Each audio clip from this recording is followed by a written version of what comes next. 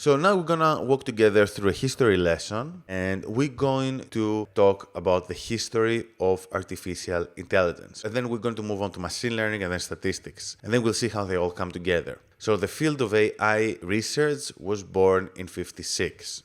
It was born in Carnegie Mellon University and in MIT. And the goal of AI was to create a thinking machine. In the early days of AI, there was lots of interplay between AI and cognitive science. So cognitive science was the study of the human mind, and it included disciplines such as AI, psychology, philosophy, linguistics, anthropology, etc. So the dream was to make machines think like humans. We see this nice quote here by Marvin Minsky. So there was an intuition about how to get there in those days. The intuition was that what they believed was the distinct human element compared to animals is logical reasoning. Logical reasoning of the form, if all men are mortal and Socrates is a man, then Socrates is mortal. So this gave birth to this opinion that if we could somehow recreate this kind of reasoning in a computer, then we would have a smart machine. This gave rise to what is called the rules-based or symbolic approach. Some successful examples of this approach were expert systems. So, for example, the Mycin system was a system on that sort. It was a medical diagnosis system developed by Stanford in the 1970s. So it contained 600 rules, and it could predict disease with 69% accuracy, which was claimed to be better than junior doctors and as good as some experts at that time. So this was basically a system based on if-then conditions, right? So we have these rules. If this happens, then that happens. So if sneezing and coughing, then someone has the flu. And it doesn't look very advanced now, but this was the 70s, right? So it was the early days of computer science. And still, it was very powerful for such a simple but today's standard system. However, it was never deployed in the real world due to ethical concerns. Other successes in this area were around automated planning and scheduling. So what researchers loved to do back then was to solve toy problems, developing algorithms which could reason in logical ways. And these toy problems, the algorithms developed to solve these toy problems, could then be used in other cases as well, in real-world cases. So one such problem is the missionaries and cannibals problem, which it's visualized in the lower right corner. And in this problem, you have 3 missionaries and 3 cannibals on one bank of the river, and you have to move all of them to the other side of the river by using a boat that can hold only 2 people. So the trick is that the cannibals should never be more than the missionaries, otherwise you lose the game. So you need to do a bit of back and forth to figure out how to solve this game. And effectively, this is solved using specific search strategies. Another problem, which is visualized on the lower left corner, is the problem of the traveling salesman. So you're a salesman and you want to go across a large geographical region. You want to go through each city in this geographical region without going through the same city twice. And you want to minimize the cost and the time while doing that. So how can you optimize your commuting? So this is a problem, a very common optimization problem, which is directly related to vehicle routing. So you can see how these toy problems, they can extend to real-world scenarios, such as automated planning, etc. Unfortunately, the end of what is now termed classic AI or good old-fashioned AI was not that great. Researchers of that era, they were too optimistic. Marvin Minsky said that within a generation, we're going to have solved the problem. However, this, it didn't really happen. Even now, we've still not solved the problem of AI. So after '74, it became impossible to find funding because all the funds that were spent in AI research, well, they didn't really deliver on the promises. It's not that the research was useless, it was not, but they just overpromised. Then the market was revitalized through expert machines, but the bubble was created and then it crashed all over again, causing the second AI winter. And this was basically the end for classic AI. It became a toxic word after that, AI. Wikipedia has a very nice breakdown of the AI winters if you want to learn more about it. However, AI research was not useless. There are many things that were discovered by AI research, such as algorithms that can work with logical rules, such as the Prolog language. Automated planning and scheduling and expert systems are obviously very useful systems that were popular for a few decades. Actually, things we learned in automated planning, some of these are still being used. And also, there were some scientific advances in cognitive science, which were facilitated by research in AI, in things such as knowledge representation, memory perception, etc. So, what happened after that? After that, we see a term rising in dominance, a term called machine learning.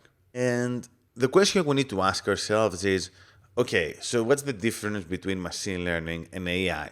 This is something I've been asked many times, and if you're an aspiring data scientist, you really need to know about the difference between the two. So machine learning is a subfield of AI. It is a subfield of AI as a concept because we care about creating intelligent machines. However, it takes an opposite approach as compared to previous research. So AI research in the previous decades, which as I mentioned is now called classic AI or good old-fashioned AI, used the rules-based top-down approach. They used logical rules and they were trying to capture with these rules every possible eventuality. Machine learning, on the other hand, is more bottom-up and data-driven. Arthur Samuel said that machine learning is about giving computers the ability to learn without being explicitly programmed. As you can see that this term was around for a long time, but this approach started gaining dominance later, around the 80s and early 90s. So why is this relevant, this difference between machine learning and AI? So the classic AI approach is a top-down approach. It requires lots of human input. The system designers should be able to predict every occasion and create rules for this occasion. Coming back to the example of expert systems for disease, you'd need to have many experts to contribute their knowledge to the system and come up with rules for every eventuality. So when you come to think of all the different kind of biomarkers that someone needs to examine for various diseases, this becomes a Herculean or even impossible task if you want to create a system that's as general as possible. Also, another problem with this approach is that it cannot handle uncertainty very well. So many phenomena in the world are stochastic. They're characterized by uncertainty. So things such as the weather, predicting the weather, or predicting the stock market. It's impossible to come with a discrete set of rules and say, look, these are 1,000 rules that are going to predict the weather to perfect accuracy. You're dealing with systems that are characterized by real numbers and noise and random components. So it's impossible to solve everything using this approach. On the other hand, using the bottom-up approach, everything is learned from data, which means you need less human input. And this approach handles uncertainty naturally. And this is very important because the world is fundamentally more probabilistic than certain. So coming back to this medical expert system example, you don't need 1,000 experts to give you their opinion or the knowledge. What you need is you just need a big data set, and the algorithm is going to learn the patterns without any human input. Also, the algorithm, it can handle uncertainty. It understands that even if it had all the information required to solve a problem, it would never be 100% accurate. And that's fine. It can still approximate a good solution, and quite often it can also give you a bound around its confidence in this decision. Many of the most interesting problems we face in the real world, they are probabilistic. Machine learning can handle this naturally. And in the era of big data, where we have so much data lying around, creating a machine that can learn automatically from data is obviously a very powerful idea. However, machine learning is not perfect. Machine learning can't handle logic rules directly. So it takes an opposite approach to classic AI, and it basically completely ignores anything involving rules. And the integration of this data-driven approach and logical rules still remains an open question. It's very easy to see where this is a problem with a very simplistic example. Let's say that you have a baby in front of you and you drop an object in front of the baby. The human baby will very quickly extrapolate and understand that there's some kind of rule in the universe, on this planet, that objects tend to fall downwards. And it can do this only after one example. However, a machine learning algorithm will have to see many examples to do that, and it will assign a very high probability to the outcome of an object falling down, which is a bit silly thing to do, all right? So it's not really intelligent extrapolation. And this is not relevant for many problems. I mean, machine learning can be applied very successfully to many verticals. However, it is an issue for creating a general AI. Also, machine learning is not very transparent. Most algorithms operate like a black box, even if there are some algorithms such as decision trees, random forest, etc. that can tell us which features are the most important. Making machine learning algorithms more interpretable is an active field of investigation called interpretable machine learning. So examples of machine learning and associated fields. So I've included this slide here just to familiarize you a bit with some of the jargon, some of the methods and algorithms you might hear in the domain of machine learning. On this image we have here, we see scikit-learn, which is the most popular library in Python for machine learning. And this is a flowchart the scikit-learn community developed in order to advise us on the best approach to use for different examples. You have classification problems, regression, clustering, etc. And depending on how many instances you have and the kind of data you have, you might want to try out the different methods. So neural networks are part of machine learning. However, neural networks have been around for longer than machine learning as a computational analog of the human brain, because neural networks also exist as a concept in computational neuroscience and computational intelligence as well. They existed, but now they're actually considered more part of machine learning. Support vector machines, random forest, recommender systems, all these are parts of machine learning. Then there are some other similar fields such as association rule mining, which is traditionally been considered part of data mining, and fuzzy logic, which is considered part of computational intelligence. But I'd say that the kind of approach these algorithms follow is pretty much a data-driven approach, right? So someone could say that they're really related to machine learning. It's just for historical reasons that they're considered something different. Also, we have meta-heuristic optimization and genetic algorithms and deep learning. These are just some examples of the methods and techniques we find in machine learning, but it's not an exhaustive list by any means. It's just here to familiarize you with some terms. Now let's move on to deep learning. Deep learning is special because it's so powerful and so popular these days. So it deserves a few slides of its own. The first thing we need to ask is, what is deep learning? So deep learning refers to the field of research that studies deep neural networks. So why is this relevant? Jeff Hinton found it impossible to publish research in neural networks because at some point neural networks fell out of fashion. So it's the 90s and we have support vector machines, which is a model that's much better theoretically grounded than neural networks. Neural networks have fallen out of fashion, and trying to publish research in neural networks, it's considered very difficult. So Hinton makes a discovery that by creating a deep neural network, he can get much better results in many tasks. So what's a deep neural network? On the left-hand side, you have a shallow neural network, a simple neural network, and on the right-hand side, you have a deep neural network. The magic happens in the middle layers. People believe that adding those layers, it wouldn't really make much of a difference. And also, it was very difficult to train a neural network with all those layers. But when they found out a way to train this neural network, they actually realized that it had a much better performance than anyone expected in many, many important tasks. So why is deep learning so popular? Well, the first tasks that deep learning really saw depressive results and everyone lost their minds was tasks related to computer vision and audio. However, deep learning is now used to do all sorts of cool stuff on top of that. Deep learning, first of all, is very successful in speech recognition. So in this graph here, you can see the performance using older technology, such as Gaussian mixture models and hidden Markov models, and then the performance by using deep learning. You can see a huge drop in the error rate by just switching technology. I mean, this kind of improvement in performance, it's something you see maybe once in a decade in machine learning. So when this happened, everyone was amazed. Natural language processing with deep learning is also another big thing. So a traditional natural language processing pipeline looks a lot like the one at the top. So you need to do lots of pre-processing and tokenize the features and extract them and do this and that. And you need to create a different model for its language and for its kind of output you care. So a different model for classification, a different model for sentiment analysis, translation, etc.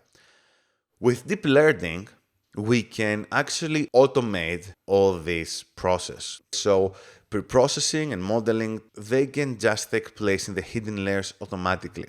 Also, with word embeddings, it becomes much easier to move from one language to another. And finally, and very importantly, deep learning models can actually attack many problems simultaneously. So we can do at the same time sentiment analysis and entity extraction in the same pipeline. The catch here is that deep learning models require lots of data. But if you have this data, creating this end-to-end solution can be extremely powerful. It can give you better performance than the classical pipeline and with actually less human effort.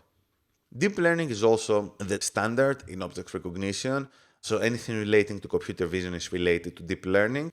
And you can also do some other cool stuff, such as color images. I mean, there are many applications to computer vision besides just object recognition. But how deep learning does that? So the whole thing behind deep learning is that by adding these layers, the network can actually create hierarchies of features.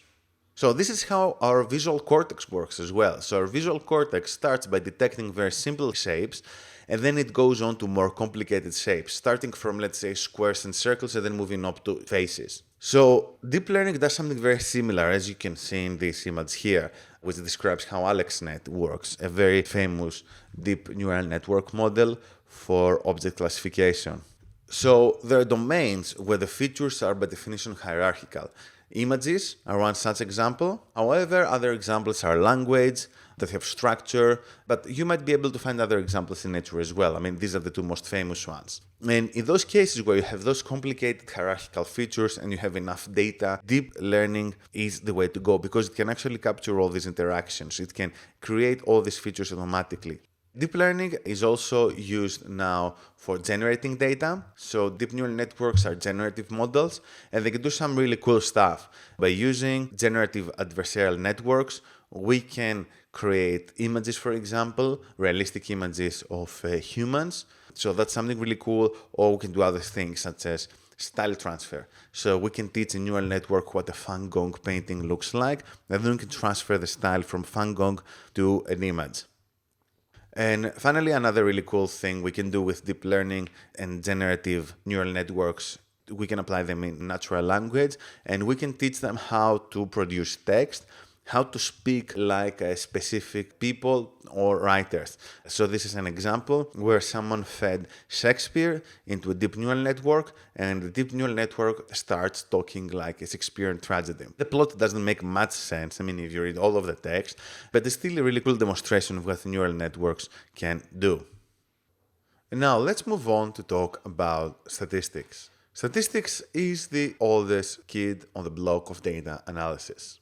It is a branch of mathematics that was developed around the 18th century and has produced all the cornerstones of modern data analysis, such as summary statistics, the terms regression classification, hypothesis testing, etc. So what is unique about statistics? First of all, statistics deals mainly with smaller samples, partly due to historical reasons. Nowadays, there are parts of statistics that deal with big data and larger data sets, but more often than not, statisticians deal with smaller data sets compared to machine learning people. Statistics as a discipline is very strict on model assumptions and model development, again, partly due to its roots in math and partly due to historical reasons and the fact that it deals with smaller samples. There's a conceptual gap between statistics and machine learning as to how they approach data analysis. So, according to the machine learning mentality, we care about results. We want to get things done and we can ask questions later. However, the statistics mentality is that we need to check the assumptions, we need to make sure that we're methodologically correct before we do anything else. This gap was narrowed around the 90s and the turn of the millennium when parts of machine learning were founded on Bayesian statistics. However, this gap is still there. Statistics cares more about transparency and interpretability, whereas machine learning is more experimental, it's more results driven, even if it sacrifices interpretability in the process. We saw already that most machine learning models operate as black boxes. So about the historical differences between the two fields, statistics started 200 years ago, and back then collecting data was very difficult, very expensive, and all the models were solved by hand. So this meant two things. First of all, there was not much room for experimentation or error. It would take a long time to collect, let's say, 20 or 30 samples of anything, maybe, collect data from people about their physical attributes or something else. And then solving a model, actually doing the math yourself, it required lots of work. And you had to make sure two things. You had to make sure that You can extract as much information from your sample as possible, that's one. And secondly, that once you create a model, it's more or less correct. You don't have to redo this again and again. Otherwise, you'd waste maybe months of work doing that. So this is where, by making many assumptions and actually coming up with theorems that provide various guarantees, is very powerful. It lets you extract as much information from your sample as possible and also make sure that you won't have to do the same thing twice. Machine learning was created in the era of the computer, and it's easy, in our era to experiment with different approaches and see what works. We have a lot of data lying around, so we can just try sometimes even random things and see what comes out of it, and we can come with a theory later. Machine learning was created in the computer science department, so this kind of engineering mentality comes more naturally to people in machine learning. There's a large battle between statistics and machine learning. Okay, maybe that's an overstatement, but there are many people that hold a strong opinion against one or another discipline. Especially, it's mostly statisticians attacking machine learning for the lack of rigor and transparency and the lack of theory. However, I don't really like disagreements in that case. I believe that machine learning and statistics are two sides of the same coin because they're just tools in our toolbox. And what a data scientist needs to know is when to use what tool. So maybe you care about interpretability, go for statistics. You care about predictive power, go for machine learning.